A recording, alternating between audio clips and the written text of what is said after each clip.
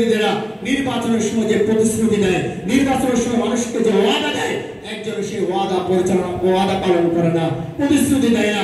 প্রতিশ্রুতি দেওয়ার পর ভোটে নির্বাচিত হওয়ার পর তাদের পিছনে ঘুরতে ঘুরতে তাদের অধিকার নিশ্চিত হয় না, দেখতে না।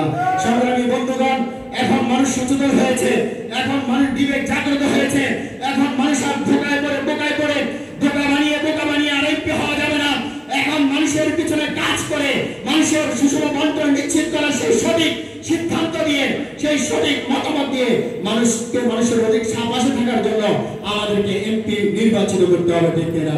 আমরা মনে করি ইসলামী আন্দোলন বাংলাদেশ মানুষের স্বার্থের জন্য কাজ করে, ইসলামী আন্দোলন বাংলাদেশ কল্যাণ বা রাষ্ট্র প্রতিষ্ঠার জন্য কাজ করে। যদি একজন যোগ্য প্রার্থীকে আগামীতে ঢাকার জন্য নির্বাচিত করতে পারেন, তাহলে আমি মনে করি বাঙালি, পাহাড়ি, হিন্দু, বৌদ্ধ, খ্রিস্টান, চাকমা, তিফারা, যত ধর্মীয় লোক আছে না কেন, যত ধর্মের লোক আছে না কেন, সকলে উপকৃত হবে, সকলে তাদের সুষম বন্টন নিশ্চিত হবে। টানা সপ্তমবারের মতো বেস্ট টিস্যু পেপার ব্র্যান্ড হিসেবে স্বীকৃতি পেয়েছে বসুন্ধরা টিস্যু। সারা বাংলাদেশের মানুষ ইসলামের বাংলাদেশে তাকিয়ে আছে, ইসলামের আমিরের দিকে তাকিয়ে আছে, ইসলামের আমির কি বলে। তো আমাদের অবস্থা যদি এই হয়, তাহলে আপনাদের সেভাবে তো মূল্যায়ন করার দরকার নাকি?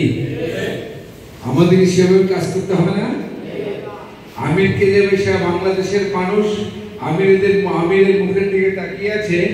আমাদের তো সেই বাংলাদেশের মানুষের প্রত্যাশা পূরণের জন্য, আমাদের ইসলামকে বিজয় করার জন্য, ইসলামকে ক্ষমতায় নেওয়ার জন্য সে অনুযায়ী কাজ করা লাগবে না?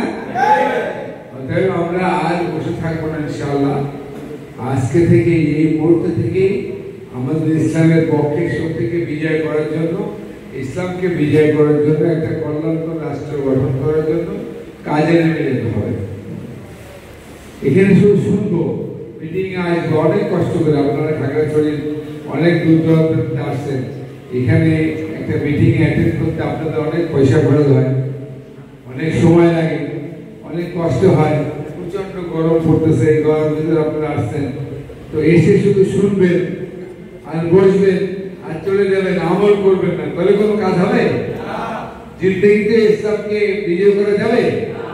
যাবে না। অতএব আপনারা ইসলামকে বিজয় করতে হলে আমাদের মূল আদর্শ হলো আমরা ইসলামকে বিজয় করতে চাই। খেদমতে খালেক, অর্থাৎ যার দ্বারা দ্বীনের খেদমত হবে, দেশের খেদমত হবে, আমার কাছে যে যোগ্য আমি তাকে নির্বাচিত করব। এজন্য আগামী নির্বাচন ঐতিহাসিক একটি নির্বাচন। বর্তমান সরকার ঘোষণা দিয়েছে যে আগামী নির্বাচন এমন একটি নির্বাচন তারা উপহার দিতে চায়, যাতে করে দুনিয়ার মানুষ বাংলাদেশের এই নির্বাচনকে মডেল হিসাবে বিবেচনা করবে।